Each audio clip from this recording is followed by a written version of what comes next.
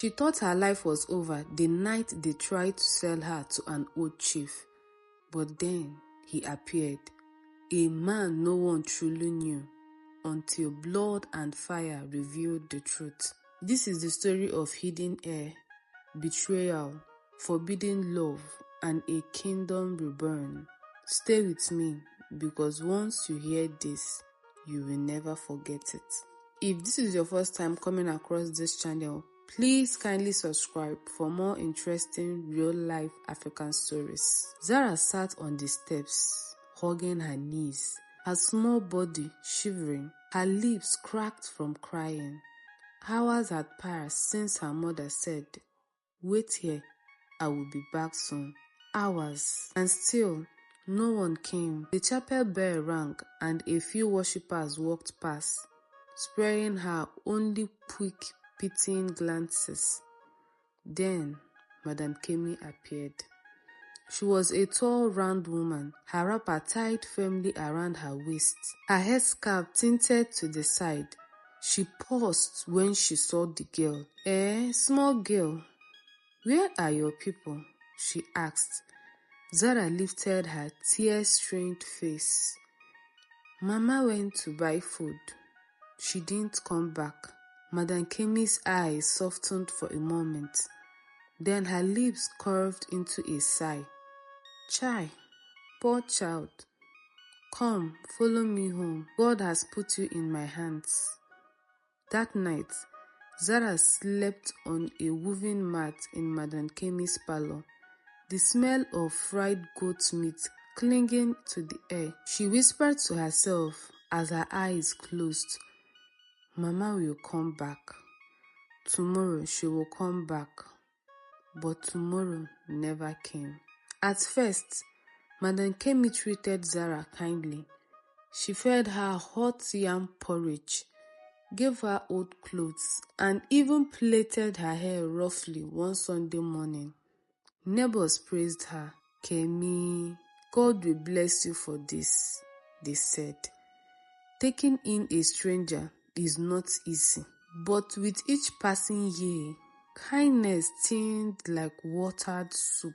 Zara became the first to rise and the last to sleep. "Zara, fetch water. Zara, sweep this floor. Zara, the firewood is finished. Run to the bush." She obeyed without complaint. Every week at the market, she walked beside Madame Kemi at the roasted goat stall. The smoke stung her eyes, but she smiled at buyers, handling at meat wrapped in paper. Her stomach groaned, but she ate only after everyone else. It was at that smoky store one hot afternoon that she met him. The man looked like a wanderer, dust on his boots, a ragged shirt clinging to his broad shoulders. His beard was unkempt, his eyes tired. He waited until others left, then asked quietly, "Do you have leftovers?" "Just bones will do." Zara blinked at him. He looked hungry. She hesitated, then reached behind the store. Instead of scraps, she wrapped the best cuts of meat, even slipping in a slice of liver. When she handed it to him, their eyes met. His gaze lingered, not with pity, not with greed, but with something else.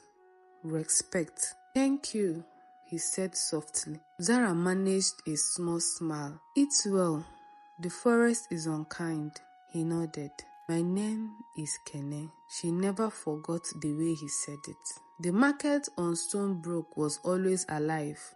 Drums beating in the distance, women shouting over one another, hawkers chasing after buyers with trays of oranges balanced on their heads. Zara moved quickly between the stores, a tray of roasted meat in her hands. Sweat damped her forehead, but she smiled at customers as Madame Kemi backed from behind the counter. "Zara, don't be slow. Do you think money grows on palm trees?" "Yes, ma," Zara replied softly.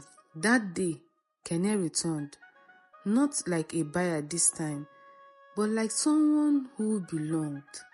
His clothes were still plain, his boots worn out, but his eyes were sharp, searching, and carried something hidden. Zara caught sight of him near the palm wine cellar. He leaned against a wooden post, watching her as though she were the only soul in the market. Her heart shuddered when their eyes met. Kane gave her a small nod. He did not ask for food. Instead, he pressed a coin into her hand when no one was looking. "For the kindness you showed me," he said in a low voice. Zara opened her mouth to protest, but Madame Kemi's sharp eyes were on her. She tucked the coin quickly into her wrapper. From that day forward, Kane appeared often, sometimes buying yam, sometimes only standing in the crowd. But his gaze always found hers. And each time, Zara felt something new, something forbidden stirring inside her. Trouble came like the harmattan wind, sudden, sharp, and merciless. One evening, Madame Kemi stormed into the house, her wrapper loose, sweat dripping on her forehead. "Zara," she barked, "pack the mats, pack everything. Do you want us to sleep outside?" Zara froze. "What happened, ma?" "The landlord has given me 1 week. Rent or no roof over our heads." Madame Kemi's voice cracked with anger. "The debt collectors will come tomorrow." Zara's chest tightened. She thought of all the hours she had bent over the fire, the days of aching feet, the coins counted carefully. It was never enough. That night, she prayed silently, her knees digging into the cold floor. "God, if you see me, send help. Even if it's just one more day of shelter." The next morning, while Madame Kemi raged at her store, the debt collectors arrived. 3 broad men with hard faces. "You have 1 chance," their leader groaned. "Pay or leave." Zara stood frozen behind the counter, her hands trembling. She wanted to run. She wanted to hide. But before fear consumed her, a shadow fell across the store. It was Kane. He stepped forward, his voice calm but steady. "I will handle this," he said. The men looked him up and down, then laughed. "You, who are you?" Kane's jaw tightened. He reached into his bag and pulled out a leather pouch. Coins clicked heavily as he dropped it on the table. The collector's eyes widened. They muttered to each other, counted quickly, and left with notes. Madame Kemi's mouth hung open. Zara's heart pounded. Kane turned to her, his gaze deep and unreadable. "No one should threaten you again." And for the first time, Zara wondered, who really is this man? The week did not end with the debt. A week later, the village square filled with drums, laughter, and the scent of palm wine. But in Madame Kene's compound, there was no joy, only tension. Zara stood stiffly as Madame Kene adjusted the wrapper around her waist. "You will marry Chief Okon," Madame Kene declared, her tone final. Zara's blood ran cold. "What? Chief Okon? He is old enough to be my father." "Silence!" Madame Kene snapped, tightening the clothes until it bit into Zara's skin. "Do you think life is a fairy tale? Chief Okon has money. He will clear my debts. He will feed us both. And you," she jabbed a finger at Zara's chest, "you will finally be of use to me." Tears blurred Zara's eyes. "But Mama, please, I don't love him." "Love," Madame Kenneth coughed, her voice sharp as a whip. Love does not pay rent. Love does not fill stomachs.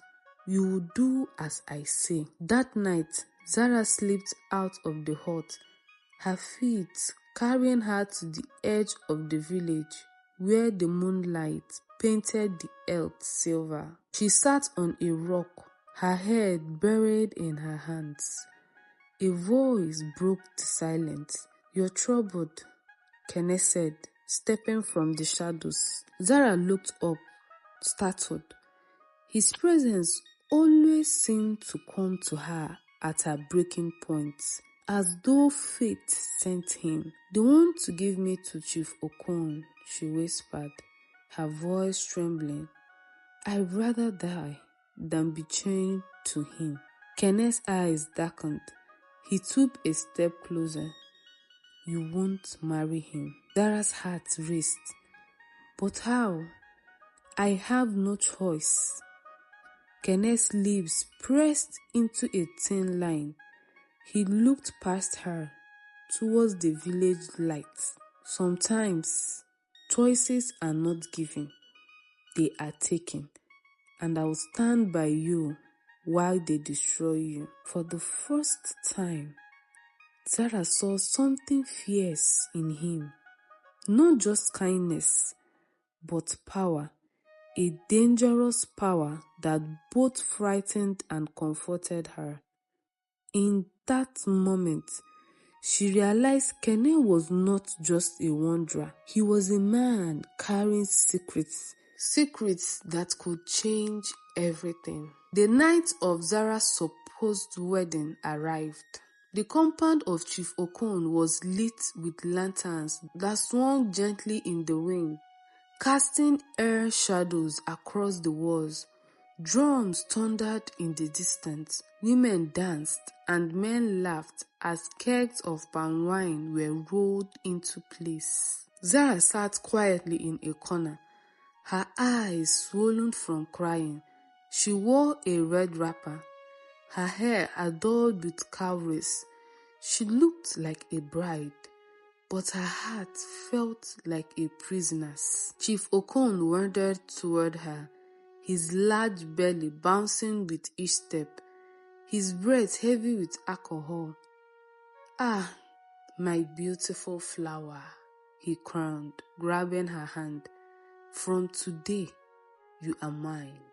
Forget childish dreams. You will eat well, live well, and I will take care of you." Zara pulled her hand back, trembling. "Please, Chief, I beg you. I don't want this." Madame Kemi swooped in, her voice sharp. "Ungrateful child, this is your blessing. Do you want us to starve? Do you want me to die in debt?" Zara's lips quivered, but before she could speak, a deep voice cut through the noise. "She will not marry him." The crowd turned. Kenneth stood at the gate, his figure tall, his eyes blazing like a fire under the lantern glow. The murmurs rose immediately. "Who is he? An intruder. Look at his boldness." Chief Okon's face darkened. "Who dares interrupt my celebration?" "I do," Kenneth said firmly, stepping forward. His gaze locked on Zara, then shifted to Okon. "This marriage is a sham. She does not love you, and no man with dignity takes a wife by force." The crowd gasped. Madame Kemi stormed towards, pointing an accusing finger. "Who are you to speak here? You, a stranger with no name, no family, no wealth." But Kene did not flinch. He reached his cloak and pulled out a pendant, an ancient golden crest, gleaming under the firelight. The crowd fell into stunned silence. Chief Okon's eyes widened. His voice trembled. "That symbol, it belongs to the royal bloodline of Obala." But that line, it was said to be destroyed. Kane's jaw tightened. Not destroyed. Hidden. I am Kane, son of Oba Aderoju, rightful heir to the throne that was stolen from my family. Gasps erupted. People bowed instantly. Others whispered in shock. Madame Kane's face turned pale. Impossible. You are a prince. Zara's breath caught in her chest. She looked at him with wide, trembling eyes. The wanderer who had comforted her, the man who had shielded her pain, was no ordinary man. He was a king in waiting. Kane's voice thundered, silencing the crowd. And as heir, I decree before all, Zara will not be sold like cattle. She belongs to no man's pocket, and certainly not to a drunkard who buys wives like livestock. If any man wishes to challenge my word, let him step forward now. No one moved. Even Chief Okon staggered backward, beads of sweat rolling down his temple. For the first time in her life, Zara felt the ground shift beneath her, not because she was forced into something she didn't want, but because destiny itself had taken her hand, and it was Kane holding it. The compound remained frozen in stunned silence. The villagers' eyes darted between Kane and Chief Okon, as if waiting for thunder to strike. Finally, an old man stepped forward, the village elder, Chief Balogun, his voice hoarse with age. If what you say is true, then the bloodline of Obanla still lives. For years, we thought it extinguished in the fire of the Great War. Kane bowed slightly, his gaze unwavering. It lives, and I have carried the burden of silence for too long. But tonight, I could not watch injustice prevail. Zara deserves choice. She deserves dignity. The crowd murmured, some bowing in respect, others whispering fearfully. Madame Kene and Chief Okon pushed through them, desperation clogging at her throat. Do not be deceived, she cried. This man is a fraud, a wanderer who has bewitched you all. He came with nothing but a cloak and a tongue of honey, and now you believe he is royalty. Kene met her eyes, calm but sharp. Madame Kene, you know truth when you see it, but truth burns those who have lived by lies. Zara stood, trembling with fear. Mother, he saved me when no one else did. He saw me when you only saw depths. If he says he is heir, I believe him. Her words strung Madame Kene like a wimp.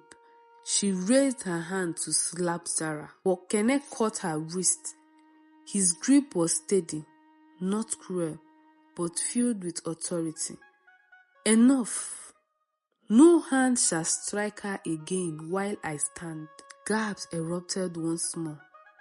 For the first time, Zara felt shielded, not by words, not by silence, but by strength that she saw her worth.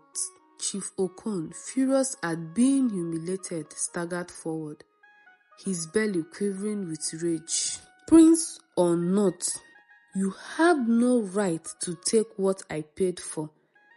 That girl is mine. I gave Kemi wealth, goats, yam bars, and gold for hand. Do you think I will walk away empty-handed? Kene's voice caught him like steel. You did not buy a goat. You tried to buy a soul, and tonight that transaction is over. The crowd erupted. some in cheers, others in outrage. Men argued, women whispered. Chief Balogun raised his staff, commanding silence. This matter cannot be settled with words alone. If Kene is truly of royal blood, the council must see proof. Until then, the girl remains in his custody for protection. Tomorrow, we shall gather at the shrine of ancestors to test his claim. The villagers nodded, some reluctantly.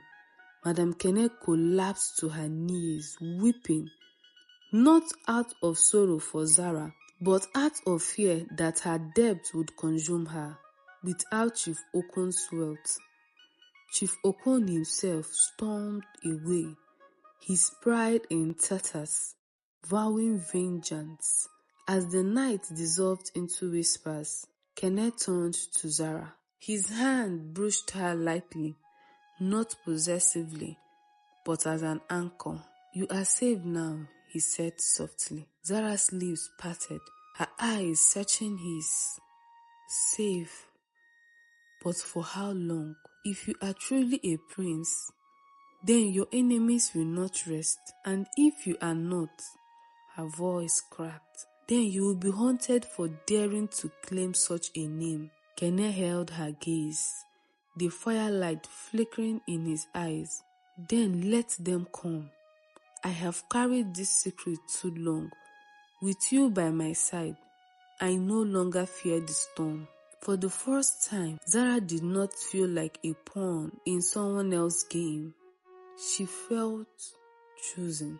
But in the shadows beyond the compound, unseen eyes watched them both. And in the silence of that night, a blade was sharpened for the drawn to come. The morning sun rose, pale and uncertain, casting long sticks of gold across the village square. A heavy silence hung in the air. Even the birds seemed to hold their song. Word has spread like wildfire. Today, the ancestors would decide Kene's fate. The shrine of the ancestors stood at the edge of the sacred grove, a towering structure of cave stones, guarded by ancient Iroko trees. Generations had come to prove truth of fate's ruin. No lie could pass its threshold unpunished. The entire village gathered, elders in flowing robes, women with babies tied to their backs, children clinging to their fathers' legs. Whispers rippled through the crowd. Some prayed Kene was real, others hoped he would fail and be forgotten. Chief Okon arrived, draped in fine wrappers, his gold bracelet glittering, his eyes burned with vengeance, his lips curved in a snare.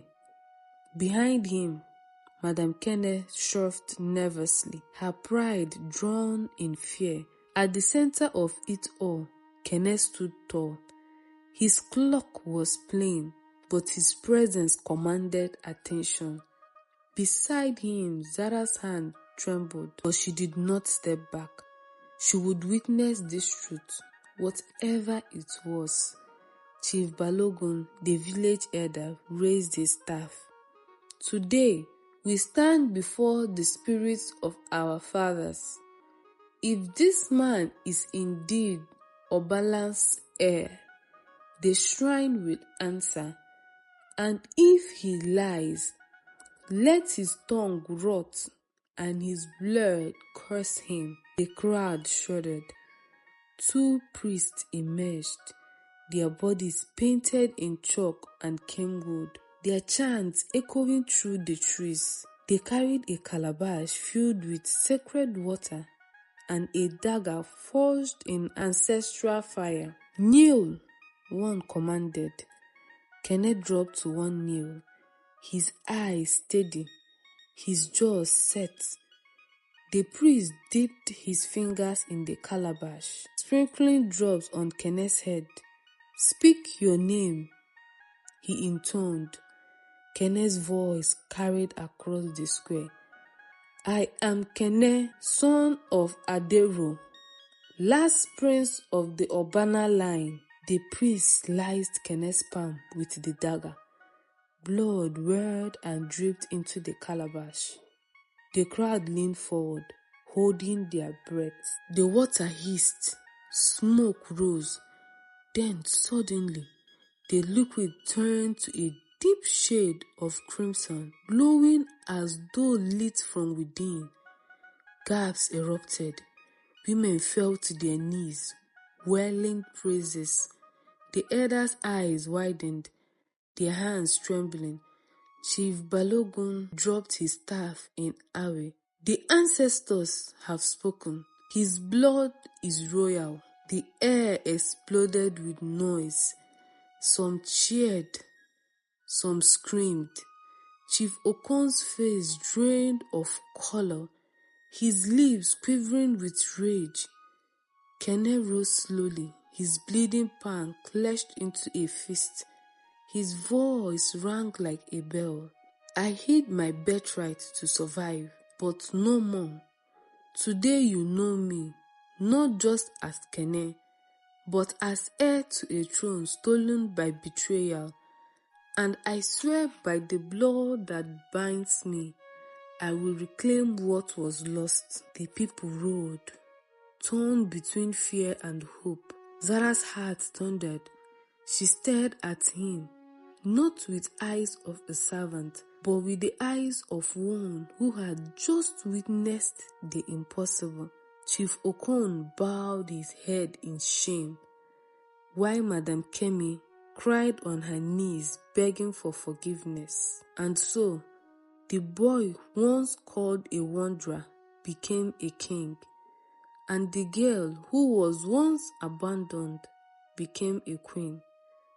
Together, Kene and Zara rewrote destiny, proving that loyalty outshines betrayal and love conquers every storm. But in every kingdom, shadows still linger, for where there is power, there will always be envy. Thank you so much, besties, for watching to the end of this video. Please, if you are yet to subscribe, kindly subscribe, give this video a thumbs up, and let me know what you think Kene would have done in the comment section.